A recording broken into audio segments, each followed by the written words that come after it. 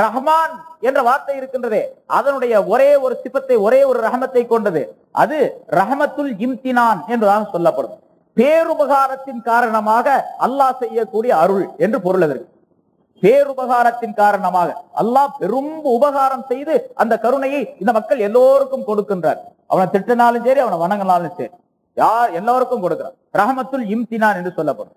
ரஹீம் என்பது இருக்கின்றதே, அது மூமின்களுக்கு மட்டும் செலுத்தப்படக்கூடிய கருணையாக இருக்கின்ற காரணத்தால் அதற்கு பெயர் ரஹமத்துல் இஹ்திசாஸ் என்பதாக சொல்லப்படும்.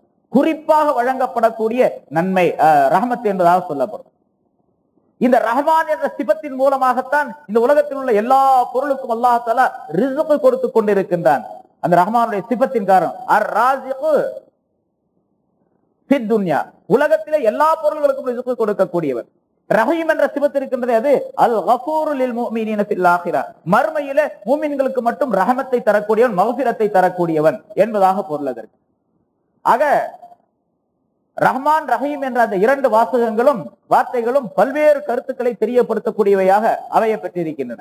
ஸல்லல்லாஹு அலைஹி வஸல்லம் அவர்கள் துஆ கேட்கும் பொழுதும் கூட ரஹ்மான துன்யா வல் ஆখিরা என்று கேட்கின்றார்கள். ஒரு துஆவில அல்லாஹும்ம ரஹ்மான துன்யா வல் ஆখিরা வ ரஹீமஹுமா, ரெண்டு உலகத்திற்குமே அந்த ரஹ்மான் என்பதும் ரஹீம் என்பதும் ரெண்டுமே உலகத்திலும் இருக்குது, ஆகிரத்திலும் இருக்குது. ஆனால் இந்த ரஹீம் என்பது மூமின்களுக்கு மட்டும் சொந்தம், ரஹ்மான் என்பது எல்லோருக்கும் சொந்தம் என்ற காரணத்தினால் ஸல்லல்லாஹு அலைஹி வஸல்லம் துஆ கேட்கும் பொழுது அல்லாஹும்ம ரஹ்மானத் துன்யா வல் ஆখিরা, உலகத்தின் மறு உலகத்தின் ரஹ்மான் ஆகிய அல்லாஹ்வே, அந்த இரண்டு உலகத்தின் ரஹீமாக இருக்கக்கூடியவனே, துன்யாவுடைய ரஹ்மானாக இருக்கக்கூடியவனே, ஆகிரத்துடைய ரஹ்மானாக இருக்கக்கூடியவனே, இந்த இரண்டு உலகத்தினுடைய ரஹீமாக இருக்கக்கூடியவனே, உன்னுடைய ரஹமத்தை தவிர வேறு எந்த ரஹமத்தும் இல்லாத அளவுக்கு எனக்கு நீ ரஹமத்து செய்வாயாக அப்படின்னு வரும். ரஹ்மான் என்பது பல்வேறு கருத்துக்களை தெரியப்படுத்துகின்றது. ரஹ்மான் எப்படிப்பட்டவன் என்று சொன்னால் கேட்டால் கொடுப்பான், இதா சஅல ஆதா, கேட்டால் கொடுப்பான், அப்படிப்பட்ட தன்மை உள்ளவன் ரஹ்மான், கேட்டுக்கொண்டே இருக்கவே. ரஹீம் என்ற தன்மை உடையவனாக அவன் இருக்கின்ற காரணத்தால் கேட்காவிட்டால் கோபிப்பான். ஸல்லல்லாஹு அலைஹி வஸல்லம் அவர்கள் சொல்லி காட்டுகின்றார்கள், அடியார்களிடத்தில் கேட்டால் கோபிப்பார்கள், அல்லாஹ்விடத்தில் கேட்காவிட்டால் கோபிப்பான் அவன். அல்லாஹ் அப்படிப்பட்ட அல்லாஹ் என்று அல்லாஹ்வை பற்றி ரசூலுல்லாஹி ஸல்லல்லாஹு அலைஹி வஸல்லம் தெரியப்படுத்துகின்றார். ஒரு மனிதனிடத்துல அவர் எவ்வளவு பெரிய கொடை வள்ளலாக இருந்தாலும் சரி, ஒரு தடவை கேட்டா கொடுப்பாரு, பெரிய வள்ளல் தன்மை உடையவர் அவர். திரும்பி திரும்பி கேட்கும் பொழுது கோபப்படுவார். அவர் எவ்வளவு பெரிய மனிதனாக இருந்தாலும் சரி, எவ்வளவு பெரிய தாராள மனப்பான்மை உடையவனாக இருந்தாலும் சரி, கொஞ்சம் கற்பனை பண்ணி பாருங்க. எவ்வளவு தாராள மனப்பான்மை உள்ளவனா இருந்தாலும் ஏதோ ஒரு தடவை, 4 தடவை, 10 தடவை, 20 தடவை கேட்கலாம். அதுக்கு மேல கேட்டா கோபம் வரும். நம்ம எத்தனை தடவை கேட்கிறோம், ரப்பனா ஆத்தினா ஃபித் துன்யா அப்படின்னு சொல்லிட்டு, எனக்கு உலகத்துல கூட ஆகிரத்துல நல்லது கூட அப்படின்னு சொல்லி கேட்டுக்கிட்டே இருக்கிறோம். நமக்கு வேண்டியதெல்லாம் ஒவ்வொரு நேரம் கேட்கிறோம். அதுவும் கேட்கும் போதும் கூட சில நேரங்கள்ல கொஞ்சம் அதிகப்படியான தேவையா இருந்தா 2-3 தடவை கேட்கறது. ஒரே வார்த்தையை, ஒரே விஷயத்தை 2-3 தடவை கேட்கறோம். யா அல்லாஹ் எனக்கு வயிற்று வலிக்குது நல்லாக்கி போடு, யா அல்லாஹ் எனக்கு வயிற்று வலிக்குது நல்லாக்கிடு, வயிற்று வலிக்குது நல்லாக்கி. ஒவ்வொரு நாளும் கேட்கிறோம், ஒவ்வொரு நேரமும் கேட்கிறோம்.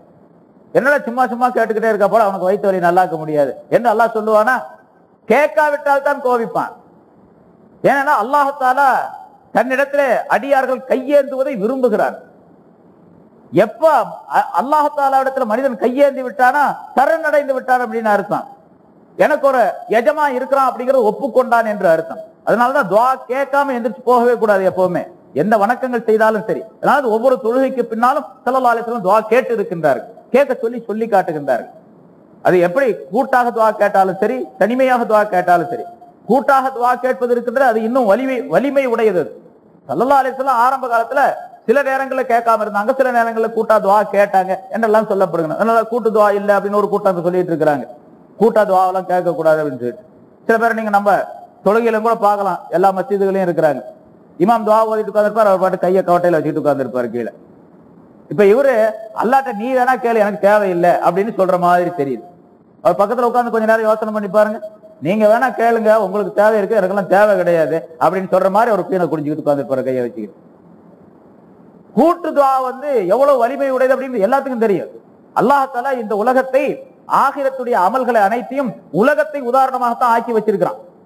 உலகத்தை உதாரணமாக ஆக்கித்தான் எல்லா அமல்களையும் அமைத்து வைத்திருக்கின்றான் அல்லாஹ் தஆலா. எந்த பொருளிலே கூட்டு இருக்கின்றதோ அது நிச்சயமாக வலிமை உடையது, உயர்வு உடையதாக இருக்கும். நம்ம இப்ப தமிழ்நாட்டில் நிறைய சொல்லுவோம், கூட்டுறவே நாட்டு உயர்வு அப்படின்னு சொல்றான். கூட்டாவது செய்யக்கூடிய சேர்வு நாட்டுக்கு உயர்வு தருது அப்படின்னு சொல்றான். பல பல துளிகள் சேர்ந்துதான் மழை துளிகள் சேர்ந்துதான் பெரும் வெள்ளமாக மாறுகின்றது. பல மனிதர்கள் ஒன்றாக சேர்ந்தா ஒரு பெரும் சக்தியாக மாறுகின்றது. பல மாணவர்கள் ஒன்றாக சேர்ந்தா பெரும் இயக்கமாக மாறிவிடுகின்றார்கள். சின்ன சின்ன பொருள்கள், பல பொருள்கள் ஒன்றாக சேர்ந்தா பல வலிமையுள்ள ஒரு பொருளாக மாறிவிடுகின்றது. ஒரு நூல், அதை ஒரே ஒரு விரல்ல 2 விரல்ல இப்படி பிடிச்சு அறுத்தரலாம். அப்படிப்பட்ட ஒரு நூல் பல நூல் இலைகள் ஒன்றாக சேரும்பொழுது ஒரு வலுவான கயிறாக மாறிவிடுகின்றது. பல நூல் இலைகள் ஒன்றாக சேரும்பொழுது ஒரு பெரிய துணியாக மாறிவிடுகின்றது. மானத்தை மறைக்கக்கூடிய, பல்வேறு பொருள்களுக்கு உபயோகப்படுத்தப்படக்கூடிய, பல்வேறு பொருள்களை விட்டு பாதுகாக்கக்கூடிய ஒரு பெரிய விரிப்பாக பொருளாக அது மாறிவிடுகின்றது. பல நூல் இலைகள். இந்த பாயை பாருங்க, தனித்தனி கோரையாக இருந்தது. எல்லா கோரைகளும் ஒன்றாக சேரும் பொழுது அது ஒரு அழகான வடிவமாக மனிதர்களுக்கு மிகப்பெரிய உபயோகமுள்ளாக ஒரு பொருளாக பாயாக மாறிவிட்டது. இப்படி சின்ன சின்ன பொருள், ஒவ்வொரு தனித்தனி பொருள் ஒன்றாக சேரும் பொழுது வலிமையுள்ள பொருளாக மாறும், பல பலன்கள் உள்ள பொருளாக மாறும் என்பது உலக அனுபவம். இது உலகத்துல பாடம் எத்தனையோ பொருள்கள் நம்ம பார்க்க. இந்த தொப்பி பல நூல்கள் சேர்ந்ததான் ஒரு தொப்பி, பல நூல்கள் சேர்ந்ததான் ஒரு சட்டை, பல நூல்கள் சேர்ந்ததான் ஒரு கைலி, பல நூல்கள் சேர்ந்ததான் ஒரு துண்டு, பல துளிகள் சேர்ந்ததான் இந்த பேப்பர், பல பொருள்கள் அணுக்கள் சேர்ந்ததான் இந்த வாட்ச், பல துளிகள் சேர்ந்ததான் இந்த கிளாஸ் என்று சொல்லப்படும். இதெல்லாம் அந்த துளிகள் இல்லை என்று சொன்னால் இது கிளாஸாக உருவாகாது. அப்ப இது கூட்டாக இருக்கும் பொழுது இதற்கு ஒரு வலிமை, ஒரு உருவம், ஒரு அமைப்பு, ஒரு பயன் எல்லாம் ஏற்படுகின்றது. அது போல பல பேர் சேர்ந்து துவா கேட்கும் பொழுது பல உள்ளங்கள் ஒன்றாக, ஒரு உள்ளம், என்னுடைய உள்ளம் மட்டும் தனியாக துவா கேட்கின்றது என்று சொன்னால் என்னுடைய உள்ளத்திலே பல்வேறு விதமான தீமைகள் இருந்திருக்கும், சில நன்மைகள் இருக்கும். நம்ம 10 பேர் 50 பேர் சேர்ந்து ஒன்றா உட்கார்ந்து துவா கேட்கும் போது 50 உள்ளங்களுடைய கருத்துக்களும் ஒன்றாக சேருகின்றன. 50 உள்ளங்களிலிருந்து வரக்கூடிய எண்ணங்களும் ஒன்றாக சேருகின்றன. 50 உள்ளங்களிலிருந்து வரக்கூடிய தன்மைகளோடு, அற்புதமான தன்மைகளோடு அவருடைய நாவிலிருந்து ஆமீன் என்று வரும் பொழுது, ஏற்றுக்கொள்வாயாக என்ற சத்தம் வரும் பொழுது அல்லாஹ் தஆலா ஏற்றுக்கொள்ளக்கூடிய வாய்ப்பு இங்கே ஏற்படுகின்றது. கூட்டுதாக வேண்டியது இல்லைங்கிறான். இப்போ தனித்தனியா துவா கேட்டு போங்க அப்படிங்க. கூட்டுதா கேட்கும் போது ஏற்றுக்கொள்ளதே கிடையாது. இதுக்கு உதாரணம் அரபு நாடு தான். இப்போ ஷரியத்துல குர்ஆன்ல இருக்கா, ஹதீஸ் இருக்கா, இமாம்கள் இருக்காங்க அப்படின்லாம் கிடையாது. அரபு நாட்டுல கேட்கறதுல அதனால கேட்கறது இல்லை. அரபு நாடா நமக்கு ஷரியத்து, அரபு நாட்டுக்கார மக்கா மதீனாவா நமக்கு ஷரியத்து? ஷரியத் அது இல்ல, குர்ஆனும் ஹதீஸும் தான் நமக்கு ஷரியத்து. குர்ஆன் ஹதீஸை வைத்து இமாம்கள் என்ன சொல்லியிருக்காங்க அதுதான் ஷரியத்து, மார்க்கம். மார்க்கத்தில் என்ன சொல்லுகின்றார்களோ, இமாம்கள் என்ன சொல்லுகின்றார்களோ, உலமாக்கள் என்ன சொல்லுகின்றார்களோ, முன்னோர்கள் என்ன சொல்லுகின்றார்கள் அதுதான் சட்டம் நமக்கு. அந்த முறைப்படிக்கு செய்ய வேண்டும்.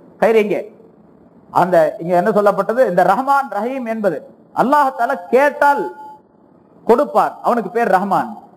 கேட்காவிட்டால் கோபிப்பான், அவனுக்கு பேர் ரஹீம் என்பதாக சொல்லப்பட்டு இருக்கின்றது. பாவங்களை மன்னிக்க கூடியவன் ரஹீம், துன்பங்களை நீக்கக்கூடியவன் ரஹ்மான். ரஹ்மான் என்பவன் துன்பங்களை நீக்கக்கூடியவன், ரஹீம் என்பவன் பாவங்களை மன்னிக்க கூடியவன். பாவங்களை மன்னிக்கக்கூடிய தன்மை ரஹீம் என்ற சிபத்தில் இருந்து பிறக்கின்றது. ஆனா ரெண்டுமே, ரஹீம் ரஹ்மான் ரெண்டுமே ஒரு மூல சொல்லில் இருந்து வந்ததுதான். ரஹ்மத் என்ற மூல சொல்லில் இருந்தா ரெண்டுமே வந்தது. ரஹ்மத்துங்கிறது மூலச்சொல், அது அசல் வார்த்தை. அந்த வார்த்தையிலிருந்து வந்ததுதான் ரஹ்மானும் ரஹீம், ரெண்டும் ஒரே வார்த்தை. இருந்தாலும் ரஹ்மானுக்கும் ரஹீமுக்கும் சில வித்தியாசங்களை அல்லாஹ் தஆலாவே ஏற்படுத்தி கொண்டார். அதை ஸல்லல்லாஹு அலைஹி வஸல்லம் அவர்கள் பல ஹதீஸ்களிலே விளக்குகின்றார்கள். இப்படி பல விஷயங்கள், பல கருத்துகள் ரஹ்மானுக்கும் ரஹீமுக்கும் வித்தியாசமாக சொல்லப்பட்டு இருக்கின்றது. எனவே அல்லாஹ் தஆலா தன்னுடைய பெயர் சொல்லாகிய அல்லாஹ் என்ற ஒரு வார்த்தையையும், தன்னுடைய சிபத்துகளில் மிகப்பெரிய சிபத்துகளை உலகத்திலும் ஆகிரத்திலும் எல்லா மனிதர்களுக்கும் உயிரினங்களுக்கும் ஒட்டுமொத்தமாக கிருபை செய்யக்கூடிய 2 வார்த்தைகளை சொல்லி காட்டி, 2 வார்த்தைகளை கொண்டு இந்த பிஸ்மில்லாஹிர் ரஹ்மானிர் ரஹீம் என்பதை அல்லாஹ் தஆலா அமைத்து தந்திருக்கின்றார். அதனால பிஸ்மில்லாஹிர் ரஹ்மானிர் ரஹீம் என்பதை எல்லா விஷயங்களிலும் நாம் உபயோகப்படுத்திக் கொள்ள வேண்டும், எல்லா காரியங்களுக்கும் சொல்ல வேண்டும். அதனால முன்னால சொன்னபடி ஹலாலான காரியங்கள் அனைத்திற்கும், மார்க்கத்தில் அனுமதிக்கப்பட்ட காரியங்கள் அனைத்திற்கும் பிஸ்மில்லாஹிர் ரஹ்மானிர் ரஹீம் சொல்லிக் கொள்ள வேண்டும். ஹராமான காரியத்துக்கு சொல்லக்கூடாது. அது முன்னால சென்ற வாரம் சொன்னோம். கல்லு குடிக்க போறான் பிஸ்மில்லாஹிர் ரஹ்மானிர் ரஹீம் அப்படின்னு சொல்லிட்டு குடிக்க கூடாது. திருட போறான் பிஸ்மில்லாஹிர் ரஹ்மானிர் ரஹீம் நுழைய கூடாது வீட்டுக்குள்ள. இப்படி எல்லாம் ஹராமான காரியங்களுக்கு உபயோகப்படுத்தப்படக்கூடாது. ஹலாலான காரியங்கள் அனைத்திற்கும் அதனை உபயோகிக்க வேண்டும். பிறகு பிஸ்மில்லாஹிர் ரஹ்மானிர் ரஹீம் என்பதை சொல்றது மட்டுமல்ல, எழுதும் போதும் கூட நம்ம லெட்டர் எழுதணும் அல்லது ஏதாச்சும் ஒரு குறிப்பு எழுதி வைக்க போறோம் புத்தகத்துல, அதுல பிஸ்மில்லாஹிர் ரஹ்மானிர் ரஹீம் என்பதை எழுதி அந்த குறிப்பை எழுதி வைக்கணும். அதே மாதிரி லெட்டர் எழுதுறதுல பிஸ்மில்லாஹிர் ரஹ்மானிர் ரஹீம் என்பதை எழுதி கொள்ள வேண்டும். அது வேறு எந்த மொழியிலும் எழுதுறது இந்த நன்மையை தராது, இந்த பலன்களை தராது. அரபியில் எழுதினா தான் அந்த பலன்கள் உண்டு, அதையும் நம்ம கவனத்தில் வைக்க வேண்டும். சும்மா தமிழ்ல பிஸ்மில்லான்னு போட்டு எழுதுறோம், அரபியில பிஸ்மில்லான்னு எழுதுனா என்ன நன்மை கிடைக்குமோ அந்த நன்மை தமிழ்ல எழுதுனா கிடைக்காது, நிச்சயமா கிடைக்காது. அதே மாதிரி நம்பர் போடணும் 786, அதுக்கும் கிடைக்காது. 786 அப்படிங்கிறது சும்மா ஒரு அபிஜத்து கணக்கு அப்படின்னு சொல்லுவாங்க. அலிஃபுக்கு 1, பேக்கு 2, ஜீமுக்கு 3, தாலுக்கு 4, எப்படி 10 வரைக்கும் அந்த எழுத்துக்களை 30 எழுத்துக்களாக பகுத்து 28 எழுத்த 30ஆக ஆக்குனாங்க. 30 ஆக்கி 10 வரைக்கும் ஒரு நம்பர். அப்புறம் 10ல இருந்து 20, 30, 40, 50, 60, 100 வரைக்கும். 100க்கு பின்னால 200, 300, 400, 500, 1000 வரைக்கும். இப்படி அந்த நம்பர்களை பகுத்து வச்சு ஒரு கணக்குக்காக வேண்டி, ஒரு குறியீடுக்காக வேண்டி வைக்கப்பட்ட விஷயமே தவிர இது பிஸ்மில்லாஹிர் ரஹ்மானிர் ரஹீம் என்பதற்கு 786 தான். 786 போட்டா பிஸ்மில்லாஹிர் ரஹ்மானிர் ரஹீம் போட்ட மாதிரி அப்படின்னு சொல்றதெல்லாம் கூடாது. அது பெரிய தவறும் கூட. 786 தான் பிஸ்மில்லாஹிர் ரஹ்மானிர் ரஹீம் அப்படின்னு சொன்னா பிஸ்மில்லா சொல்றதுக்கு பதிலா 786 அப்படின்னு குடிச்சா ஒருத்தர் 756 சொல்லிட்டு குடிக்கிறாரு. அப்ப பிஸ்மில்லா வாய் போயிடுமா? அது ஆகாது. அப்ப பிஸ்மில்லா சொல்றது சுன்னத்து அப்படின்னு இருக்குது, 786 சாப்பிடுறாரு ஒருத்தர், அது பலன் தராரு. அதனால இப்ப இது சொல்லக்கூடாதுன்னு எல்லாத்துக்கும் தெரியும். சாப்பிடும் போது 786 சொல்லக்கூடாது, குடிக்கும் போது 786 சொல்லக்கூடாது அப்படின்னு எல்லாரும் சொல்லுவாங்க, எல்லாம் ஒத்துக்குவாங்க. அப்ப எழுதும் போது மட்டும் 786 எதுக்கு போடுறாரு? அது போடக்கூடாது. ஏன்னா ஒரு குறியீடா வச்சுக்கலாம். அதை பிஸ்மில்லாஹிர் ரஹ்மானிர் ரஹீம் பேய்க்கு 1, பேய்க்கு 2, சீனுக்கு 60, மீமுக்கு 40, அலிஃபுக்கு 1, லாமுக்கு 30, அடுத்த லாமுக்கு 30, ஹேக்கு 5, அலிஃபுக்கு 1, லாமுக்கு 30, ரேக்கு 200 இப்படிங்கிற அந்த நம்பர் கணக்கு படிக்கு எல்லாத்தையும் பிஸ்மில்லாஹிர் ரஹ்மானிர் 19 எழுத்துக்களுக்கு நம்பரை போட்டு கூட்டி பார்த்தா 786 வருது.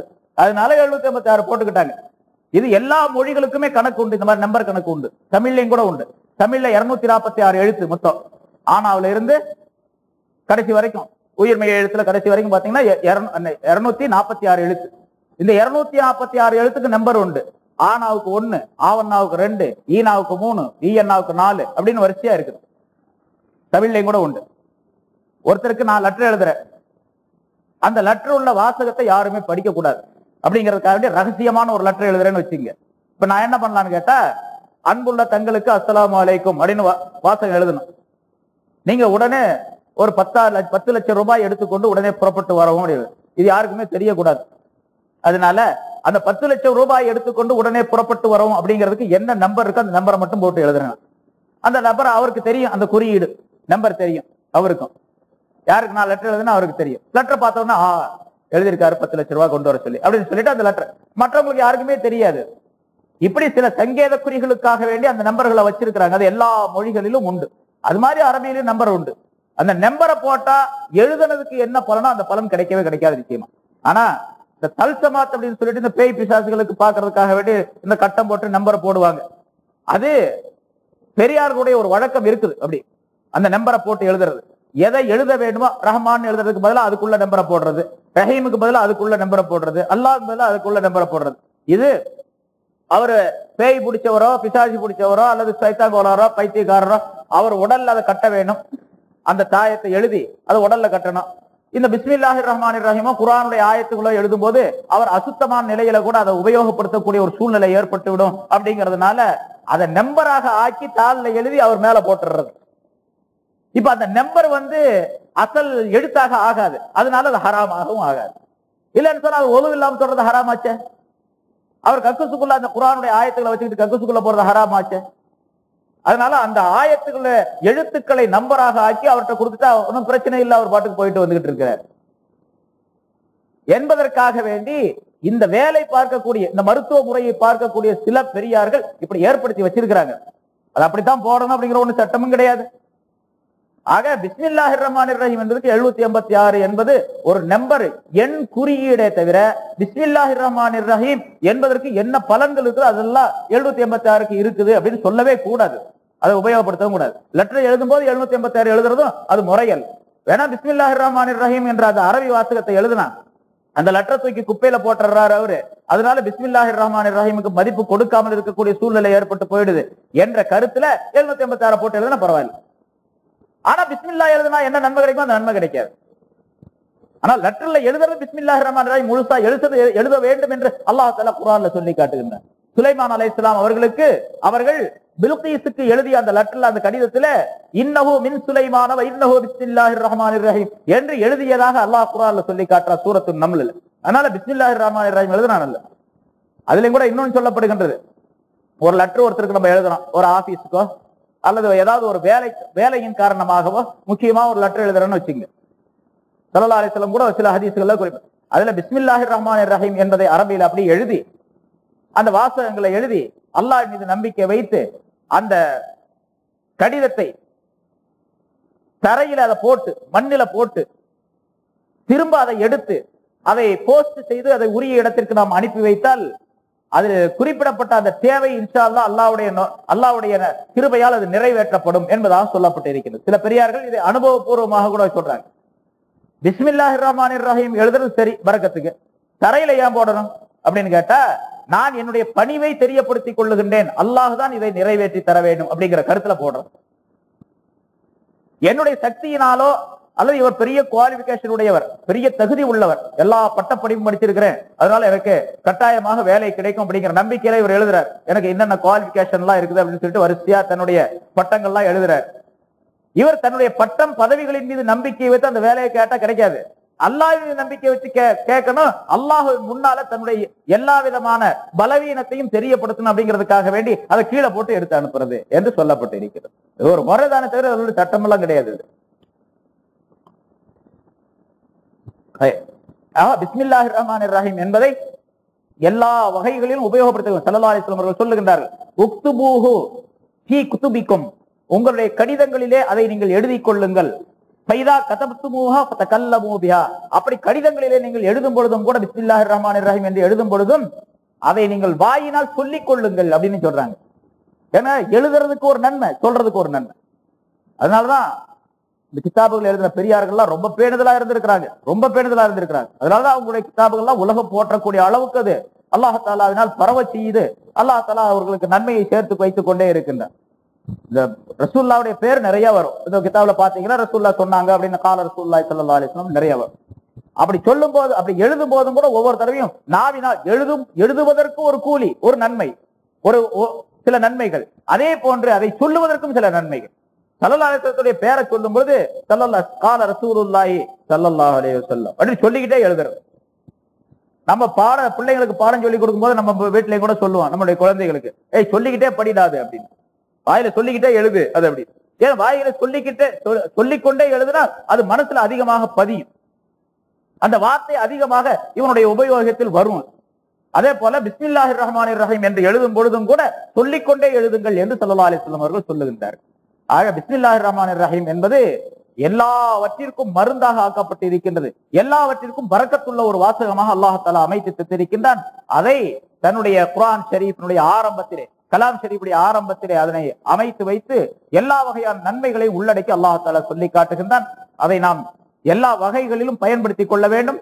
குறிப்பாக குர்ஆன் ஓதக்கூடிய நேரத்திலே எல்லா நேரங்களிலும் அதனை ஓத வேண்டும். முன்னால சொன்னபடி சென்ற வாரம் சொல்லப்பட்டது அஊது பில்லாஹி மினஷ் ஷைத்தானிர் ரஜீம் என்பதை சொல்லி ஷைத்தானிலிருந்து பாதுகாப்பு தேடிக் கொள்வது, பிறகு அல்லாஹ் தஆலாவுடைய ரஹமத்தை பெறுவதற்காக வேண்டி, அவருடைய மக்ஃபிரத்தை பெறுவதற்காக வேண்டி பிஸ்மில்லாஹிர் ரஹ்மானிர் ரஹீம் என்பதையும் ஓதிக்கொள்வது. இந்த இரண்டு அம்சங்களும் ஒரு மூமினான மனிதனிடத்தில் எல்லா நேரங்களிலும் இருக்க வேண்டும். குறிப்பாக குர்ஆன் ஓதும்போது கட்டாயமாக இருக்க வேண்டும் என்பதை அல்லாஹ் தஆலா தெரியப்படுத்துகின்றார். அத்தகைய நல்ல பண்புகளை அல்லாஹ் தஆலா நம் அனைவருக்கும் தந்தருள்வானாக. அர் ரஹ்மான் அர் ரஹீம் என்ற இரண்டு வார்த்தைகளுக்கு சில விளக்கங்களும் சொல்லப்பட்டிருக்கின்றன. ஈமான் கொண்டவர்களை விட காபிர்களுக்கு சில நேரங்களிலே, சில இடங்களிலே, சில மனிதர்களுக்கு அதிகமாகவே கொடுத்து விடுகின்றான் அல்லாஹ் தஆலா. இது அவனுடைய சோதனை. அதற்குரிய விளக்கங்கள் எல்லாம் முன்னால் சொல்லப்பட்டிருக்கின்றன. மனிதர்கள் அல்லாஹ் தஆலா குர்ஆனிலே சூரத்து ஸுஹ்ருஃப் என்ற ஒரு அத்தியாயத்தில் சொல்லுகின்றான், காபிர்களுக்கு அந்த உலகத்திலே எந்த விதமான இன்பமும் கிடையாது. மௌத்துக்கு பின்னால் உள்ள வாழ்க்கை அவர்களுக்கு கிடையாது. அது நிரந்தரமான நரக தண்டனைக்குரியவர்களாக அவர்கள் ஆகிவிடுகின்றார்கள். ஆகவே அவர்களுக்குரிய எல்லா நல்ல செயல்களையும் நல்ல தன்மைகளையும் இந்த உலகத்திலேயே அல்லாஹ் தஆலா கொடுத்து விடுகின்றான். அல்லாஹ் தஆலா சொல்லுகின்றான் அந்த ஆயத்திலே, மூமினான மனிதர்கள் அந்த காபிர்களை பார்த்து தங்களுடைய ஈமானை விட்டு விடுவார்கள் என்ற பயம் இல்லை என்று சொன்னால், அல்லாஹுவை மறுக்கக்கூடிய அவர்களுக்கு, அந்த காபிர்களுக்கு தங்கம் வெள்ளியிலான மாளிகைகளை எல்லாம் அவர்களுக்கு நான் ஆக்கி தந்து விடுவேன் என்று அல்லாஹ் தஆலா சொல்லுகின்றார். அதாவது காபிர்களுக்கு தங்கம் வெள்ளி வைரம் வைடூரியம் போன்ற உயர்ந்த பொருள்களால் ஆன மாளிகைகள், அவர்கள் வசிக்கக்கூடிய இடங்களை எல்லாம் நான் தந்து விடுவேன். ஆனால் அப்படி தரவில்லை. காரணம் என்னவென்று சொன்னால், ஈமான் கொண்டவர்கள் அதை பார்க்கும் பொழுது நாமளும் அதே மாதிரி இருந்தால் நமக்கும் கிடைக்கும் போல இருக்குது என்று சொல்லி ஈமானை விட்டு விடுவார்கள். அதனால நான் கொடுக்கல என்று அல்லாஹ் தஆலா சூரத்துல் ஸுஹ்ருஃபில் ஒரு ஆயத்தில் குறிப்பிடுகின்றார். அம்மாதிரியாக அல்லாஹ் தஆலா காபிர்களுக்கு சில நேரங்களிலே மிக அதிகமாக கொடுத்து விடுவதுண்டு. இது அல்லாஹ் தஆலா அந்த மனிதர்களுக்கு செய்யக்கூடிய உபகாரம் என்பது அல்ல. அவர்கள் இந்த உலகத்தில் வாழக்கூடிய நேரம் வரைக்கும் அவர்கள் சுகமாக இருக்கட்டும் என்று அல்லாஹ் தஆலா விட்டு வைத்திருக்கின்றார். கொஞ்ச காலம் சுகத்தை அல்லாஹ் தஆலா அவர்களுக்கு கொடுத்து பிறகு அவர்களை தண்டனைக்குரியவர்களாக நிரந்தரமாக ஆக்கி விடுவான். முன்னாலும் உங்களுக்கு அந்த பயான்ல சொல்லப்பட்டு இருக்கின்றது. எந்த அளவுக்கு என்று சொன்னால், ரசூலுல்லாஹி ஸல்லல்லாஹு அலைஹி வஸல்லம் அவர்கள் சொல்லுகின்றார்கள், ஒரு மூமினான மனிதர் இந்த உலகத்திலே அமல்கள் செய்கின்றார், நல்ல அமல்களை செய்து வருகின்றார். சில பாவங்கள் குற்றங்களை செய்யும் பொழுது அவர் தௌபா செய்கின்றார், இஸ்திக்பார் செய்கின்றார், மன்னிப்பு தேடிக் கொள்ளுகின்றார். அவருக்கு கடைசி காலம் வந்து விடுகின்றது, மௌத்தாகக்கூடிய நேரம் வந்து விடுகின்றது. அப்பொழுதும் அவருக்கு கொஞ்சம் பாவம் இருக்கின்றது, இன்னும் கொஞ்சம் பாவங்கள் இருக்கின்றன. அந்த பாவங்களும் மன்னிக்கப்பட்டால் அவர் அல்லாஹ் தஆலாவுடைய அருளை பெறக்கூடியவராக, சொர்க்கத்திற்குரியவராக ஆக்கி விடுவார். கடைசி போகக்கூடிய தருணத்தில் இருக்கிறார். அந்த நேரத்தில் அல்லாஹ் தஆலா மூமினான மனிதருக்கு சக்ராத்துடைய நிலையை, கஷ்டத்தை அதிகமாக கொடுப்பான். நோய் நொடிகளை அதிகமாக கொடுப்பான். அதனால ரொம்ப கஷ்டப்பட்டுக்கிட்டு இருப்பாரு. சில மனிதர்கள் நம்ம பார்க்கணும், கடைசி நேரத்தில் நோயில விழுந்து ரொம்ப கஷ்டப்பட்டுக்கிட்டு இருப்பாங்க. வியாதினால ஆஸ்பத்திரியில கொண்டு போய் போட்டு அறுத்து கிறுத்து எல்லாம் பண்ணி கடைசியில மௌத்தா போயிடுவாரு. கரெக்டா மௌத்தா போற மனுஷனை போட்டு ஏன் இப்படி போட்டு அறுத்து துன்புறுத்தணும், என்ன பண்ணா, எவ்வளவு மருந்தெல்லாம் கொடுத்தோம், எவ்வளவு சிகிச்சைகள்லாம் செய்தோம், கஷ்டப்படுத்தணும், அங்க தூக்கி இங்க தூக்கி எவ்வளவு கஷ்டம் என்று பேசிக்கொள்கிறோம். நம்மளும் பேசிக்கிறோம், பார்த்துக்கிறேன், நம்ம பார்த்து. இது அவருக்கு அந்த அவருடைய பாவங்கள் போக்கப்படுவதற்காக வேண்டி உள்ள அல்லாஹ்வுடைய ஏற்பாடு. நம்ம செய்யறோம் வெளிப்படையா நினைச்சிட்டு இருக்கோம், அல்லாஹ்வுடைய ஏற்பாடு. அவருடைய பாவங்கள் போக்கப்பட வேண்டும் என்பதற்காக அவருக்கு அல்லாஹ் தஆலா கஷ்டத்தை கொடுக்குறான். அந்த கஷ்டத்தை கொடுத்து அதுக்கு பின்னாலே சக்கராத்துடைய நேரத்துல, நமக்கெல்லாம் தெரியாத நேரம் அது. சக்கராத்துல என்ன நமக்கு தெரியாது, வெளியே இருக்கு. இப்ப அந்த மாதிரி கஷ்டத்தை கொடுத்து கடைசியில ரூஹையும் கடினமாக ரூஹ வாங்கி அவருடைய பாவங்களை எல்லாம் அல்லாஹ் தஆலா அவர் மௌத்துக்கு முன்னால ரூஹ் போறதுமா பாவங்களே முடிச்சு போடுறான். சுத்தமானவரா இது. இங்க நம்ம எதுக்கு சொன்னா, அர் ரஹ்மான் அப்படின்னு சொன்னா, உலகத்தில் நல்லவர் கெட்டவர் அனைவருக்கும் ஒன்று போல் திருப்பி செய்யக்கூடிய யாரா இருந்தாலும் சரி, அந்த ரஹமத்து அந்த ஒரு ரஹமத்துல சேர்ந்தது. ஸல்லல்லாஹு அலைஹி வஸல்லம் அவர்கள் இப்படி சொல்லுகின்றார்கள், ஒரு குதிரை தன்னுடைய குட்டியை மிதித்து விடாமல் காப்பாற்றுவதும் அந்த ஒரு ரஹமத்தை சேர்ந்தது என்பதாக சொல்றார். மீதி உள்ள 99 ரஹமத்துகளை தன்னுடைய மூமினான அடியார்களுக்கு ஆகிரத்தில் தருவதற்காக வேண்டி தயார் செய்து வைத்திருக்கின்றான். அப்ப 99 ரஹமத்துகளை கொண்ட அர்த்தம் கொண்டது ரஹீம் என்பது. ரஹ்மான் என்பது ஒரு ரஹமத்தை கொண்டது. அந்த ஒரு ரஹமத்தை இந்த உலகம் முழுவதும் உள்ள எல்லா பொருள்களுக்கும், மனிதர்களுக்கு மட்டுமல்ல, எத்தனை வகையான பொருள்கள் இருக்கின்றனவோ, அது உயிர் பிராணிகளாக இருந்தாலும் சரி, உயிரற்ற பிராணிகளாக இருந்தாலும் சரி, எல்லா பொருள்களுக்கும் அல்லாஹ் தஆலா பகிர்ந்து கொடுத்து விட்டால் அந்த ஒரு ரஹமத்தை. மீதி உள்ள 99 ரஹமத்துகளை தன்னுடைய மூமினான அடியார்களுக்கு மட்டும் அல்லாஹ் தஆலா வைத்திருக்கிறார். இது ரஹீம். ரஹீம் என்பதற்குள்ளே 99 ரஹமத்துகள் இருக்கின்றன. ரஹ்மான் என்பதற்குள்ளே ஒரே ஒரு ரஹமத் இருக்கின்றன. எவ்வளவு அழகா சொல்றாங்க. இவர் கேட்டால் கோபிப்பார், அல்லாஹ் கேட்காட்டி கோபிப்பான். இப்ப கேட்டால் கொடுப்பான், அவனுக்கு பேர் ரஹ்மான். ரஹ்மான் என்று சொன்னால் ஞாமத்துகள், அல்லாஹ் தஆலாவுடைய வெளிப்படையான ஞாமத்துகளை கொண்டு கிருபை புரியக்கூடியவன், அருள் புரியக்கூடியவன். வெளிப்படையான ஞாமத்துகள். வெளிப்படையான ஞாமத்துகள் என்ன? நமக்கு நம்மை அல்லாஹ் தஆலா இன்சானாக படைத்து அதை முன்னால் சொல்லியிருக்காங்க. வெளிப்படையான ஞாபகத்துகள் நமக்கு கண்கள், காதுகள், மூக்கு, நாக்கு எல்லாத்தையும் கொடுத்து, இந்த உறுப்புகள்லாம் அழகாக கொடுத்து ஒரு அழகான வடிவமாக ஆக்கி வைத்து, மனிதனை போன்று அழகான வடிவம் யாரும் கிடையாது. மனிதனுக்கு கொடுக்கப்பட்ட கண்களை போன்று வேறு எந்த பிராணிக்கும் கிடையாது. எல்லாத்துக்கும் 2 கண் இருக்குது. நம்ம பார்த்தோம், ஆட்டுக்கு, மாட்டுக்கு, கோழிக்கு எல்லாத்துக்கும் 2 கண் இருக்குது. ஆனா மனிதனுடைய கண்களை போன்றா? மனிதனுடைய கண்களுக்கு என்ன சக்திகள் இருக்கின்றனவோ அந்த சக்தி அந்த மிருகங்களுடைய கண்களுக்கு கிடையாது, கோழியுடைய கண்களுக்கு கிடையாது, பறவைகளுடைய கண்களுக்கு கிடையாது. அது கொஞ்சம் விரிவா சொன்னா ரொம்ப நேரம் ஆகும், தேவையில்லை, எல்லாம் தெரியும் உங்களுக்கு. அதாவது நம்முடைய கண்களை போன்றதல்ல மற்ற எந்த பிராணிக்கும் எந்த கண்களும் கிடையாது. அது எவ்வளவு கூர்மையான பார்வை உடையதாக இருந்தாலும் சரி, அல்லது தூங்காத கண்களாக இருந்தாலும் சரி. நம்ம தூங்கக்கூடிய கண்கள் நமக்கு, சில பிராணிகளுக்கு தூங்காத கண்களை அல்லாஹ் தஆலா தந்திருக்கு. அப்படி இருந்தாலும் சரி, அந்த கண்களுக்கு இந்த பவர் கிடையாது, இந்த மதிப்பு கிடையாது. இப்படி வெளித்தோற்றத்திலே பல ஞானத்துக்களை அல்லாஹ் தஆலா உண்டாக்கி வைத்தாரே அவனுக்கு பெயர் ரஹ்மான்.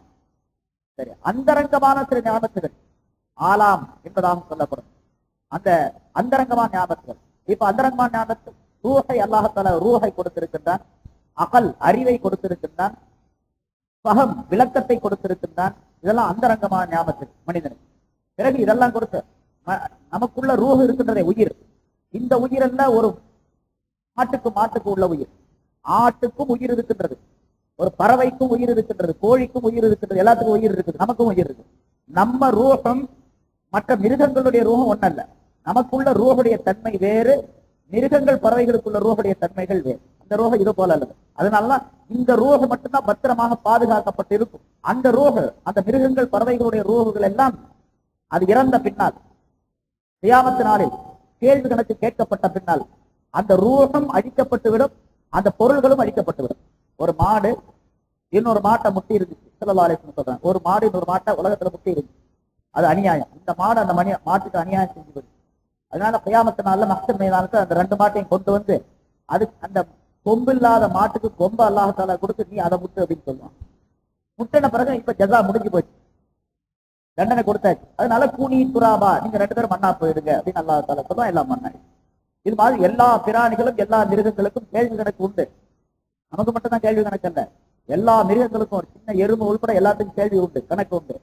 எல்லாம் கணக்கெல்லாம் கேட்டு முடிச்ச பின்னால பறவைகள், மிருகங்கள், ஊர் இனங்கள் அனைத்தும் அழிக்கப்பட்டு மண்ணோடு மண்ணாக ஆக்கப்பட்டது. அதுக்கு உயிரெல்லாம் கொடுக்கப்பட்டு வரும், உயிர் கிடையாது. அப்புறம் அதுக்கு பிறகு அந்த உயிர்கள் எல்லாம் அழிக்கப்பட்டு வரும், எல்லாமே அழிஞ்சு போயிடும். உயிரும் அதற்குரிய உயிரும் அழிஞ்சிடும், அந்த பொருளும் அழிஞ்சு போயிடும். மனிதனை தவிர, ஜின்களை தவிர. மனிதர்களுக்கும் ஜின்களுக்கும் மலக்குகளுக்கு எல்லாம் அல்லாஹ் தஆலா அந்த உயிரை அப்படியே வச்சிருப்பான். இது அழிக்கப்பட்ட பின்னால திரும்பவும் உயிர் கொடுத்து எழுப்புவான். கேள்வி கணக்கு கேட்ட பின்னால திரும்பவும் அந்த உயிரை கொடுத்து நரகத்திற்கும் சொர்க்கத்திற்கும் அனுப்புவான். ஆக நம்முடைய அந்தரங்கமான ஞானத்துக்கு உயிர் இருக்கின்றதே, அதுக்கு தனி ஒரு மதிப்பு இருக்கின்றது. அதனாலதான் நம்ம உயிரை ரொம்ப ஜாக்கிரதையா பாதுகாக்கணும். மற்ற உயிர்களை விட நம்முடைய உயிர் ரொம்ப பேடி பாதுகாக்கப்பட வேண்டும். ஏன்னா இது கேள்வி கணக்குக்கு பின்னால அதே நிலைத்திருக்கக்கூடிய தன், அதுக்கு அழிவே கிடையாது. அந்த ரூஹுக்கு, நம்முடைய ரூஹுக்கு அழிவு கிடையாது. நான் சொல்லியிருக்கிறேன், சில பொருள்களை அல்லாஹ் தஆலா படைத்தான், படைத்த பின்னால் அதற்கு இறப்பு என்று கிடையாது. பிறப்பு ஒன்று மட்டும் உண்டு, இறப்பு கிடையாது. உண்டாக்குதல் அப்படிங்கிறது மட்டும் இருக்குது, பிறகு அழித்தல் அப்படிங்கிறது கிடையாது. அதுல நம்முடைய ரூஹு ஒன்று. நம்முடைய ரூஹை அல்லாஹ் தஆலா உண்டாக்கினார், படைத்தார், அவ்வளவுதான். அதுக்கு பின்னால் அது அழிகிறதே கிடையாது. நம்முடைய உடல்ல இருந்து அந்த ரூஹை எடுத்த பின்னால எந்த இடத்தில் பாதுகாத்து வைக்கப்பட வேண்டுமோ அந்த இடத்துல அல்லாஹ் தஆலா பாதுகாத்து வச்சிருப்பான். திரும்ப ஒரு காலத்தில் நம்மை எழுப்பி அந்த ரூஹை அந்த உடலிலே திருத்துவான் அல்லாஹ் தஆலா. அதே மாதிரி சொர்க்கம் நரகம் படைக்கப்பட்டு இருக்கின்றது, இப்பொழுது ரெடியா இருக்கு. சொர்க்கம் நரகமும் இனிமேல் படைக்கிறதுல படைக்கப்பட்டாச்சு. படைக்கப்பட்ட பின்னால சொர்க்க நரகம்லாம் அழிக்கப்படுவது கிடையாது. வானம் பூமியெல்லாம் அழிஞ்சு போயிடும். வானம், பூமி, வானத்தில் இருக்கக்கூடிய பொருள்கள், சூரியன், சந்திரன், நட்சத்திரங்கள், இன்னும் கோடான கோடி பொருள்கள், பூமியில் இருக்கக்கூடிய கோடிக்கணக்கான பொருள்கள் எல்லாமே அழிஞ்சிடும் சுத்தமா. இந்த பூமி கீமி எல்லாம் அழிஞ்சிடும். இந்த பிரபஞ்சத்தில் இருக்கக்கூடிய எந்த பொருளும் இருக்காது. சொர்க்க நரகம் இருக்கு. சொர்க்கம் நரகம் என்பதற்கு உண்டாக்குதல் என்பது உண்டு, அழித்தல் என்பது கிடையாது. இப்போ என்ன சொன்னா, அந்த ரூஹ், மனிதனுக்குள்ளே இருக்கக்கூடிய ரூஹ் இருக்கின்றது, இது மனிதனுக்குள்ளே கொடுக்கப்பட்ட மறைமுகமான ஞாபகத்தை. இந்த ஞாபகத்தை கொடுத்தான் இவனுக்கு பேரு ரஹீம் அப்படின்னு சொல்றேன். ரஹ்மானுக்கு ரஹீமுக்கு டிஃபரன்ஸ், வித்தியாசத்தை காட்டுறதான்னு சொல்றேன். அதே போன்ற அகல் அறிவை கொடுத்திருக்கிறான் அல்லாஹ் தஆலா. மனிதனை போன்ற அகலை யாருக்கும் கொடுக்கல அல்லாஹ் தஆலா. மனிதனை போன்று வேற யாருக்கும் அல்லாஹ் தஆலா அகலை கொடுக்கும், அறிவை கொடுக்கிறது. எந்த பொருளுக்கும் கிடையாது, எந்த பிராணிக்கும் கிடையாது, மலக்குகளுக்கு கூட கிடையாது. இந்த அறிவு கிடையாது. பகுத்துணரக்கூடிய அறிவு அவர்களுக்கு கிடையாது. சொன்னதை செய்வாங்க, அவ்வளவுதான். சொன்னதை மட்டும்தான் செய்யறது அவங்களுக்கு. சொல்லாத செய்ய தெரியாது அவங்களுக்கு. சொல்லாத செய்ய மாட்டாங்க அப்படிங்கிறது மட்டுமல்ல, செய்ய மாட்டாங்க அப்படிங்கிறது நமக்குள்ள இருக்கு. உதாரணமா நம்ம தகப்பனாரு அல்லது நம்முடைய முதலாளி, நான் ஒரு கடையில வேலைக்கு இருக்கிறேன். முதலாளி போய் ஒரு பொருளை வாங்கிட்டு வர சொல்லியிருக்காரு. அங்க போனோம்னா அதை விட நல்ல பொருள் ஒண்ணு இருக்குது. ஆனா முதலாளி என்ன சொல்லி விட்டாரோ அதை மட்டும் தான் நான் செய்வேன். எப்படின்னா, நான் அடுத்தது செய்ய மாட்டேன். ஆனா செய்யக்கூடிய திறமை இருக்குது, எனக்கு செய்யக்கூடிய அறிவு இருக்கு, ஆனா செய்ய மாட்டேன். ஏன்னா என் முதலாளி அதான் சொல்லி விட்டாரு, அதனால அதை மட்டும் தான் செஞ்சுட்டு வருவேன். என்னுடைய தகப்பனார் அதை மட்டும் தான் சொல்லி விட்டார், அதை மட்டும் தான் செஞ்சுட்டு வருவேன். இப்ப செய்யக்கூடிய திறமை இருந்து நம்ம செய்ய மாட்டோம் கட்டுப்பட்டு. ஆனா மலக்குகள் அப்படி அல்ல, செய்யறதுக்கே தெரியாது அவங்களுக்கு. அல்லாஹ் தஆலா ஒரு தஸ்பீஹ் ஓதிட்டு வர சொல்லியிருக்கான். சுப்ஹானல் மலிக்குல் குத்தூஸ் அப்படின்னு ஒரு கூட்டத்தாரை பார்த்து நீங்க இப்படி ஓதிக்கிட்டு இருக்கீங்க அப்படின்னு சொல்லி அதைத்தான் ஓதிக்கிட்டு இருப்பாங்க. அதை விட அற்புதமான ஒரு தஸ்பீஹ் அவங்களுக்கு சொல்லப்படுதுன்னு வச்சுக்கோங்க, அதை ஓத மாட்டாங்க. ஏன்னா ஓத தெரியாதவங்க, அவ்வளவுதான் தெரியும். சொன்னதைத்தான் செய்வாங்களே தவிர சொல்லாத செய்ய முடியாதவங்க. நம்ம செய்ய மாட்டோம், அவர்களுக்கு செய்ய முடியாது. அப்ப அகல் என்பது நமக்கு கொடுக்கப்பட்ட அகல் என்பது ரொம்ப அற்புதமான தனித்தன்மை உடையது. இந்த அகலை கொடுத்தானே அவனுக்கு பேரு ரஹீம். வெளியே அகல் எங்க இருக்குது? தலைக்குள்ள இருக்குது அப்படின்னு சொல்றோம். அகல்னா அறிவு. இந்த அறிவு எந்த இடத்துல இருக்குது? இப்ப நம்ம தலையினுடைய பின்பாகத்துல மூளை அப்படின்னு ஒண்ணு இருக்குது. திமாக், மூளை இருக்கு. ஆட்டுக்கு மூளை இருக்குல்ல, அது மாதிரி தான் நமக்கு மூளை இருக்குது. ஆனா அகல் என்று சொல்லப்படக்கூடிய அந்த விளங்கக்கூடிய தன்மை இருக்கிறது, அந்த கொழுப்பு வடிவத்திலே உள்ள அந்த அகல் இருக்கிற திமாக், மூளை, அதற்கு உள்ளதல்ல. அதுக்குள்ள மானசீகமாக மறைப்பொருளாக ஒரு சக்தியை அல்லாஹ், அந்த சக்திக்கு பேர் தான் அகல் அப்படின்னு சொல்றது. வெளித்தோட்டத்திலே காட்டக்கூடிய மூளையை கொடுத்தானே, கொழுப்பு வடிவத்திலே உள்ள அந்த கண்ணுக்கு தெரியக்கூடிய பகுதியை கொடுத்தான், அவனுக்கு பேர் ரஹ்மான். அதற்குள்ள சக்தியை கொடுத்தவனுக்கு பேர் ரஹீம். இப்படி ஒவ்வொரு பொருளையும் வச்சுக்கலாம். காதை கொடுத்தானே, வெளித்தோட்டத்திலே காதை கொடுத்தானே, இவனுக்கு பேர் ரஹ்மான். அதற்கு கேட்கும் சக்தியை கொடுத்தானே, அவனுக்கு பேர் ரஹீம். கண்களை பார்க்கும் வடிவத்திலே கொடுத்தானே, அவனுக்கு பேர் ரஹ்மான். அதற்குள்ளே பார்க்கக்கூடிய ஒளியை தந்தானே, அவனுக்கு பேர் ரஹீம். இப்படியெல்லாம் சொல்லப்படும். ஒவ்வொரு இவருடைய எல்லா பொருள்களையும் வச்சுக்கணும். அப்ப ரஹ்மான் என்பவன் பின் நாமா, அர் ரஹ்மானு பின் நாமா, வெளித்தோற்றமான ஞாபகத்துகளை கொண்டு அறியப்படக்கூடியவன் ரஹ்மான். அர் ரஹீமு பில் ஆலா, ஆலா அந்தரங்கமான ஞாபகத்துகளை கொண்டு அறியப்படக்கூடியவன் ரஹீம் என்பதாக சொல்லப்படும். பிறகு ரஹ்மான் என்பவன் மனிதர்களுக்கு ஏற்படக்கூடிய துன்பங்களை நீக்கக்கூடியவன். கஷ்டில் குரூப், துன்பங்களை நீக்குவதை கொண்டு ரஹ்மான் என்பதாக அவனை அறியப்படும். பாவங்களை மன்னிப்பதை கொண்டு ரஹீம் என்பதாக அவன் விளங்கப்படுவான். அவனுக்கு விளக்கம் தரப்படும். பாவங்களை மன்னிக்கக்கூடிய ரஹீம் என்பதனுடைய சிபத்தின் காரணமாக பாவங்களை மன்னிக்கின்றான்.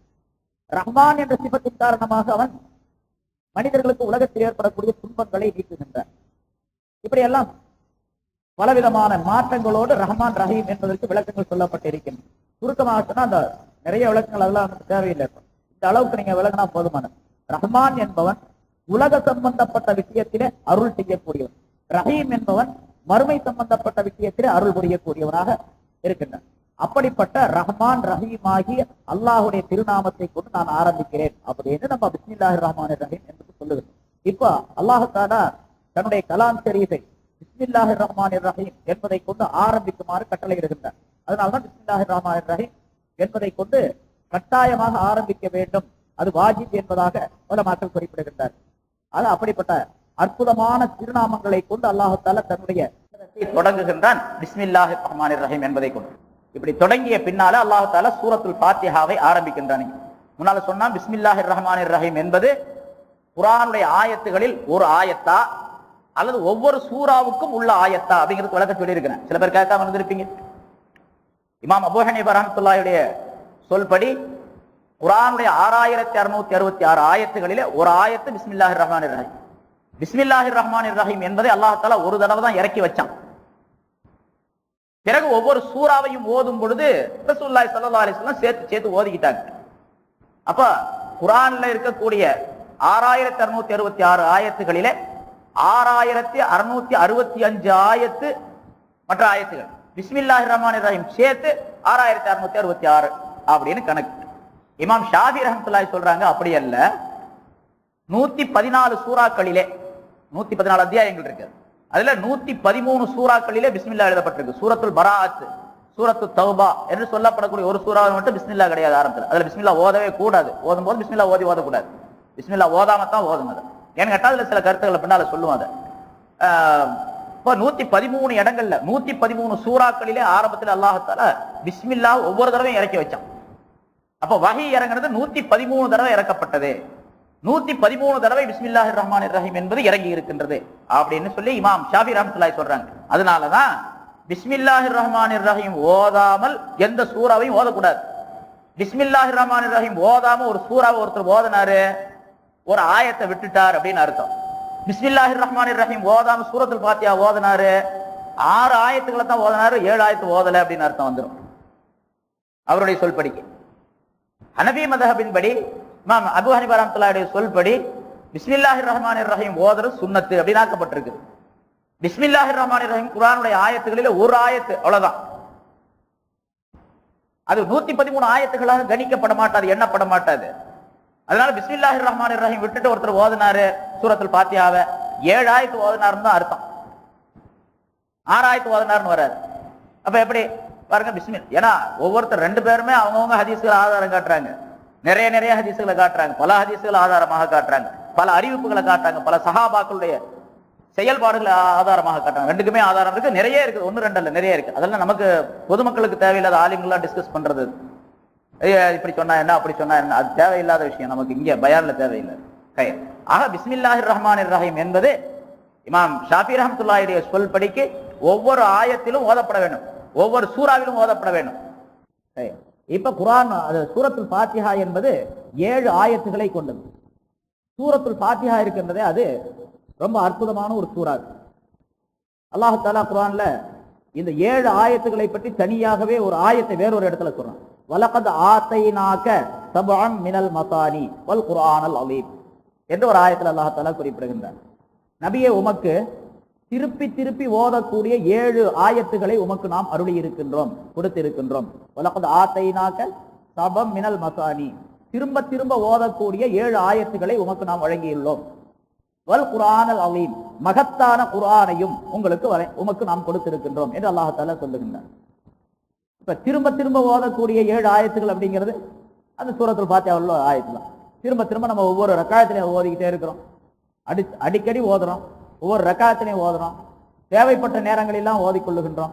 ஆக எல்லா நேரங்களிலும் ஓதப்படக்கூடிய ஒரு 7 ஆயத்துகளை கொண்ட ஒரு சூறா இருக்கின்றதே, அதை உமக்கு நாம் வழங்கி இருக்கின்றோம் என்று விசேஷமாக அல்லாஹ் தஆலா அந்த சூரத்துல் ஃபாத்திஹாவை பற்றி சொல்லி காட்டுகின்றார். அதனால அந்த சூறாவுக்கு தனி ஒரு மதிப்பு இருக்கின்றது. இந்த சூரத்துல் ஃபாத்திஹாவும் குர்ஆன்ல சேர்ந்ததுதான், குர்ஆனை விட்டு அப்பால் பட்டதான், குர்ஆன்ல சேர்ந்ததுதான். ஆனா அல்லாஹ் இங்க என்ன சொன்னா இந்த ஆயத்துல, வலகத் ஆதைனா சபஅன் மினல் மசானி வல் குர்ஆனல் அலீம், திரும்ப திரும்ப ஓதக்கூடிய 7 ஆயத்துக்களை நபியே உமக்கு நாம் கொடுத்திருக்கின்றோம், மகத்தான குர்ஆனையும் கொடுத்திருக்கின்றோம். அப்ப குர்ஆனுக்குள்ள சேர்ந்ததுதானே ஆயத்து சூரத்துல் ஃபாத்திஹா, அப்புறம் அதை மட்டும் தனியா ஏன் சொல்லணும் அப்படின்னு சொன்னா, அதை தனியா சொல்றதுக்கு ஒரு, நம்ம உதாரணமா ஒரு ஜமாத்து, ஒரு 10 பேர் கொண்ட ஒரு ஜமாத் இருக்குன்னு வச்சுங்க. அந்த ஜமாத்து புரசவாக்கத்திலிருந்து இங்க மேடவாக்கத்துக்கு வந்திருக்கிறாங்க. புரசவாக்கத்திலிருந்து 10 பேர் கொண்ட ஒரு ஜமாத்தை வந்துச்சுங்க. அதுல யாசின் பாயும் வந்தாரு அப்படின்னு சொன்னா, ரொம்ப விசேஷமான ஆள், அவரை எல்லாரும் எதிர்பார்த்துக்கிட்டு இருப்பாங்க. அந்த 10 பேர்ல ஜமாத்துல அந்த யாசின் பாய்ங்கிறது ரொம்ப முக்கியமான ஆள், அதனால அவரும் வந்தாரு அப்படின்னு சொன்னா அவருக்கு ஒரு தனி மதிப்பு கொடுக்கறதுன்னு அர்த்தம். அவரை எல்லாருக்கும் தெரியும், அவருடைய வருகையை எல்லாரும் எதிர்பார்த்துக்கிட்டு இருக்கிறாங்க அப்படிங்கிறது. அது மாதிரி குர்ஆனையும் நாம் கொடுத்திருக்கின்றோம், அது மகத்தான குர்ஆனை கொடுத்திருக்கிறோம், அஸீமான குர்ஆனை கொடுத்திருக்கின்றோம் என்று சொன்னா அல்லாஹ் தஆலா அதுக்கு முதல்லயே சொல்லிட்டா 7 ஆயத்தையும் கொடுத்திருக்கிறோம் அப்படின்னு சொல்லி. அப்ப அந்த சூரத்துல் ஃபாத்திஹாவுக்கு தனி ஒரு மதிப்பு இருக்கின்றது என்பதை அல்லாஹ் தஆலா சுட்டிக்காட்டு. மனிதனுடைய எல்லா நோய்களை விட்டு மனிதனை காப்பாற்றக்கூடியது. பிறகு அல் கன்ஸ், சூரத்துல் கன்ஸ் அப்படின்னு ஒரு பேர் இருக்குது. ஸல்லல்லாஹு அலைஹி வஸல்லம் சொல்றாங்க, அர்ஷுக்கு கீழே உள்ள புதையல் இது. சூரத்துல் ஃபாத்திஹா என்பது கன்ஸ்னா புதையல்னு அர்த்தம். அர்ஷுக்கு கீழே உள்ள புதையல்களில் இருந்து ஒரு புதையல் இந்த சூரத்துல் ஃபாத்திஹா என்பது. அப்ப அர்ஷுக்கு கீழே உள்ள புதையல் அப்படின்னு சொன்னா அல்லாஹ்வுடைய புதையல். அல்லாஹ்வுடைய புதையல் எப்பொழுதுமே தீராது, முடிவடையாது. அதனால சூரத்துல் ஃபாத்திஹாவை ஓதி ஒரு மனிதர் தன்னுடைய வறுமையை போக்கிக் கொள்ள வேண்டும் என்று சொன்னால் நிச்சயமாக முடியும். யாருக்காவது வறுமை, காசு இல்லைங்க, கஷ்டப்பட்டுக்கிட்டு இருக்காரு, சூரத்துல் ஃபாத்திஹாவை ஓதிட்டு வந்தார்னா அந்த கஷ்டம்லாம் தீர்ந்து போயிடும், காசு கிடைக்கும். அதுக்கு ஒரு முறைகளை உலமாக்கள், ஞானவான்கள், அதாவது சூஃபியாக்களாக இருக்கக்கூடியவர்கள் சொல்லுகின்றார்கள். ஒரு மனிதன் காலையில சுபுகுக்கு பின்னால, சுபுகுடைய நேரத்துல, சஹருடைய நேரத்தில் எழுந்து ஒலி செய்து விட்டு தஹஜ்ஜுடைய தொழுகை எல்லாம் தொழுது முடித்து விட்டு 41 தடவை பிஸ்மில்லாஹிர் ரஹ்மானிர் ரஹீம் என்பதையும் சேர்த்து ஒரு மனிதன் ஓதிக்கொண்டிருப்பானே, ஆனால் அவனுடைய எல்லா தேவைகளும் நிறைவேற்றப்படும். அது துனியாவுடைய தேவையா இருந்தாலும் சரி, ஆகிரத்துடைய தேவையா இருந்தாலும் சரி, உலகத்துல எந்த தேவையா இருந்தாலும் சரி, எல்லா தேவைகளும். ஆனா ஹலாலா இருக்கணும். முதல்ல நான் சொல்லியிருக்கிறேன், தேவைன்னு சொன்னா, ஒரு பொண்ணு, அழகான பொண்ணு, அந்த பொண்ணை வந்து பிடிச்சி கல்யாணம் பண்ணணும்னு நினைச்சிட்டு இருக்காரு. முதல்ல ஒரு பஞ்சாதி இருக்குது, இன்னொரு பஞ்சாதி கல்யாணம் பண்ணா ஒரு அழகா பொண்ணா இருக்கிறா அப்படின்னு. ஹராமான முறையில இருந்தா அது தேவை. அல்லது தேவைகள் அப்படின்னு சொல்லும்போது இப்படி இருக்கான், என் தம்பி எப்ப பார்த்தாலும் என் கூட சண்டை போட்டுக்கிட்டே இருக்கிறான், இந்த சூரத்துல் ஃபாத்திஹா ஓதி அந்த தம்பியை வந்து நான் என்னை விட்டு கட் பண்ணணும், இனிமேல் நம்ம கூட பேசவே கூடாது. அந்த தேவையை நிறைவேற்றுவானா, அந்த தேவையை அல்லாஹ் தஆலா நிறைவேற்ற மாட்டோம். ஹலாலான தேவைகளாக இருக்கும், அப்ப நிச்சயமா அல்லாஹ் தஆலா நிறைவேற்றும். இன்னொரு முறை சொல்றாங்க, சுபுஹுடைய பாங்குக்கு பின்னால, சுபுஹுடைய சுன்னத்துடைய தொழுகை 2 ரக்காத் தொழுத பின்னால, சுபுஹுடைய பரலு தொழுவதற்கு முந்தி, சுன்னத்துக்கும் பரலுக்கு நடுவுல 41 தடவைகள் எவர் சூரத்துல் ஃபாத்திஹாவை வழக்கமாக ஓதி வரணும், இடையில விட்டுலாம் ஓதக்கூடாது, வழக்கமா தொடர்ந்து ஓதி வருகின்றாரோ அவருக்கு உயர்ந்த அந்தஸ்து கிடைக்கும். அல்லாஹாலா அவருடைய வறுமையை போக்குவான், அவருடைய கடனை அல்லாஹாலா நீக்குவான், அவரிடத்தில் இருக்கக்கூடிய நோயாளிகளுக்கு அல்லாஹாலா ஷிஃபா கொடுப்பான், அவர் பலவீனமானவராக இருந்தால் பலத்தை கொடுப்பான், அவர் கேவலமானவராக இருந்தால் அவருக்கு இஸ்ஸத்தை கொடுப்பான், உயர்வை கொடுப்பான், அல்லாஹாலா மதிப்பை கொடுப்பான். மக்களிடத்திலே அவர் பிரியப்பட்டவராக, மக்கள் அவரை பார்த்து பிரியப்படக்கூடிய மனிதராக அல்லாஹாலா அவரை ஆக்கிடுவான். அவர் ஏதாவது சொன்னால் மக்கள் எல்லாம் அந்த சொல்லை கேட்கக்கூடிய, காது கொடுத்து கேட்கக்கூடிய ஒரு அமைப்பை அல்லாஹாலா உண்டாக்கிடுவான். அவர் செய்யக்கூடிய அமல்களை அல்லாஹாலா ஏற்றுக்கொண்டதாக ஆக்கிடுவான். அடுத்தவர் பார்த்து மரியாதையோடு இவரிடத்தில் பயத்தோடு நடந்து கொள்ளக்கூடிய ஒரு அமைப்பை அல்லாஹாலா உண்டாக்கி தருவார். இவருக்கு குழந்தை இல்லையா, நல்லொழுக்கமுள்ள சாலிஹான குழந்தையை அல்லாஹாலா இவருக்கு தருவான். இப்படி நிறைய அடிக்கிட்டே போறார். ஏராளமான இப்படிப்பட்ட பலன்கள் எல்லாம் இந்த 41 தடவை சூரத்துல் ஃபாத்திஹாவை சுபஹுடைய சுன்னத்துக்கும் பரலுக்கும் இடையில ஓதி வந்தா அவருக்கு கிடைக்கும். இது சாதாரணமாக இப்ப நான் சொல்றேன், சொன்னதை பார்த்து சில பேர் ஓத ஆரம்பிச்சிட்டீங்கன்னு வச்சுங்க, கிடைக்கும். ஆனா இது கொஞ்சம் வலிமை உடையதாக, சக்தி உடையதாக ஆக வேண்டும் என்று சொன்னால், நல்ல பலன் தரக்கூடியதாக சொன்னால், யாராவது ஒரு காமிலான நல்ல ஷேக் ஒருவரை பிடிச்சு அவரிடத்துல நம்ம பையத் ஆகி, அதாவது அவர் சொல்லுவதை கேட்டு அவர் சொல்லிக் கொடுக்கக்கூடிய முறைப்படிக்கு நீங்க இதை ஓதி வாங்க அப்படின்னு சொல்லி அவருடைய சன்னிதானத்தில் இருந்து, அவருடைய தர்பியத்தில் இருந்து நம்ம அதை பெற்றுக்கொண்டால் அதுக்கு வலிமை அதிகம். ஏன்னு கேட்டா அவருடைய தொடர்பில் இவர் இருக்கின்றார், ஒரு ஞானவானுடைய தொடர்பில் இருக்கின்றார், ஒரு ஷேக்குடைய தொடர்பில் இருக்கின்றார். அந்த ஷேக் நல்லவராக இருக்கணும். முதல்ல போலி ஷேக் நிறைய இருக்கிறாங்க இப்போ. அதனால ஷேக் நல்லவராக இருக்கணும், பக்தியாளராக இருக்கணும், உலக ஆசா பாசங்கள் இல்லாதவராக இருக்கணும், உலகத்துடைய பொருளுக்கு அடிமைப்படாதவராக இருக்கணும், நல்ல அமலுடையவராக இருக்கணும். நம்ம பார்த்தாவே தெரியும் அந்த மாதிரி மனிதர். அந்த மாதிரி ஒரு மனிதர் நமக்கு சொல்லிக் கொடுக்கிறார், இந்த மாதிரி ஓதிட்டு வாங்க அப்படின்னு சொல்லி கொடுத்தாருன்னா அதுக்கு எஃபெக்ட் அதிகம், அதனுடைய பலன்கள் அதிகம். நம்மலாம் நிறைய ஓதி வர்ற அந்த மாதிரி ஓதும்போது நமக்கு தெரியுது. நல்ல சுபோல சுண்ணத்துக்கும் பரலுக்கு இடையில 41 தடவை 41 தடவை ஓதுக்கு ஒரு 1/4 மணி நேரம் ஆகலாம்னு வச்சுக்கலாம், அல்லது ஒரு 20 நிமிஷம் ஆகலாம். பிஸ்மில்லா, ஆனா எப்பவுமே பிஸ்மில்லாஹிர் ரஹ்மானிர் ரஹீம் என்பதை சேர்த்து தான் ஓதணும் ஒவ்வொரு தடவையும். அது கவனத்தில் வைக்கும். 41 தடவை. இன்னும் சிலர் சொல்றாங்க ஒவ்வொரு தொழுகைக்கு பின்னாலையும் 7 தடவை பிஸ்மில்லாவுடன் சேர்த்து 7 தடவை. அதே மாதிரி 5 நேரமும் நிரந்தரமாக ஓதிக்கொண்டு வந்தா மேல சொன்ன அந்த சிறப்புகள் பூரா கிடைக்கும். இன்னொருவர் சொல்லுகின்றார், இன்னொரு பெரியார் குறிப்பிடுகின்றார், ஒவ்வொரு தொழுகைக்கு பின்னாலும் 20 தடவை சூரத்துல் ஃபாத்திஹா 20 தடவை, பிஸ்மில்லாவுடன் 20 தடவை, ஒரு நாளைக்கு மொத்தம் 5 வேளைக்கும் 100 தடவை ஓதி வந்தால் அவருக்கு மேல சொன்ன எல்லா சிறப்புகளும் கிடைக்கும். குறிப்பாக இது மாதிரி நிறைய இருக்கு, நூற்றுக்கணக்கான ஃபஸாயில் சொல்லப்பட்டிருக்கு. சுருக்கமான கேட்டா ஆரிஃபீன்கள், ஞானவான்கள் சொல்றாங்க, வெளிப்படையான 1000 விதமான சிறப்புகள், 1000 விதமான நல்ல பலன்கள் சூரத்துல் ஃபாத்திஹாவுக்கு உண்டு. அதே மாதிரி அந்தரங்கமான 1000 பலன்கள் உண்டு. வெளித்தோற்றத்தில் ஜாஹிரி வெளித்தோற்றமான 1000 பலன்களும் அந்தரங்கமான 1000 பலன்களும், 2000 பலன்கள் சூரத்துல் ஃபாத்திஹாவுக்கு உண்டு. அதனால சூரத்துல் ஃபாத்திஹாவில் ஏராளமான சிறப்புகள் இருக்கு. இன்ஷா அல்லாஹ் அடுத்த வாரம் கொஞ்சம் சொல்லுவோம். அதுக்கு பிறகு சூரத்துல் ஃபாத்திஹாவுடைய விளக்கத்தை சொல்லுவோம், நம்ம அதனுடைய அர்த்தங்கள் விளக்கம். எனவே நம்ம கேட்டதுல இருந்து எந்த அளவுக்கு நம்மால் முடியுமோ அந்த அளவுக்கு அமல் செய்யக்கூடிய ஒரு பாக்கியத்தை உண்டாக்கி, ஃபஸாயிலுக்கு இப்ப நம்ம சிறப்பை சொல்லணும்னா கேட்டுப்பட்டு போறது இல்லை. எவ்வளவு என்ன எப்படி ஓத சொன்னமோ அந்த மாதிரி அதை ஓதிக்கிட்டு இருந்தா, அந்த முறைப்படி ஓதிக்கொண்டு இருந்தால் என்ன பலன்கள் சொல்லப்பட்டதோ அந்த பலன்கள் நிச்சயமாக நம்முடைய வாழ்க்கையில ஏற்படும். நம்ம தப்சீர் சொல்றோம் அப்படின்னு சொன்னா தப்சீருடைய நோக்கம் என்னன்னு கேட்டா, இந்த உலகத்துல நம்ம சிறப்பாக இருக்கணும். எந்த சிறப்பை மூமின்களுக்கும் முஸ்லிம்களுக்கும் அல்லாஹ் தஆலா தந்திருக்கின்றானா அந்த சிறப்பு இந்த உலகத்திலையும் கிடைக்கணும், பிறகு மௌத்துக்கு பின்னால் உள்ள வாழ்க்கையிலும் கிடைக்கும். அதுக்கு நம்ம குர்ஆனை பயன்படுத்திக் கொள்ள வேண்டும். அதுக்காக தான் தப்சீர் ஆரம்பிக்கப்பட்டு சொல்லப்படுவது. ஏதோ விளக்கம் சொல்றோம் கூட்டம் போடுறது அப்படிங்கிறதுக்காக வேண்டி மட்டுமல்ல. உலகத்திலேயே சிறப்பா இருக்கணும், மௌத்துடைய வாழ்க்கைக்கு பின்னால் உள்ள வாழ்க்கையும் நமக்கு சிறப்பாக அமையணும், சொர்க்கத்தினுடைய வாழ்வு கிடைக்கணும், அல்லாஹ் தஆலாவுடைய ரிஸா திருப்தி கிடைக்கணும், அவனுடைய பேரின்பம் கிடைக்கணும். அப்படிங்கிறதுக்காக வேண்டி நம்ம இதை சொல்லிக் கொண்டிருக்கோம். அந்த தன்மையை நாம் உருவாக்கி கொள்ள வேண்டும். அத்தகைய நல்ல தௌஃபீகை அல்லாஹ் தஆலா எனக்கு உங்களுக்கும் தந்தருள்வானாக.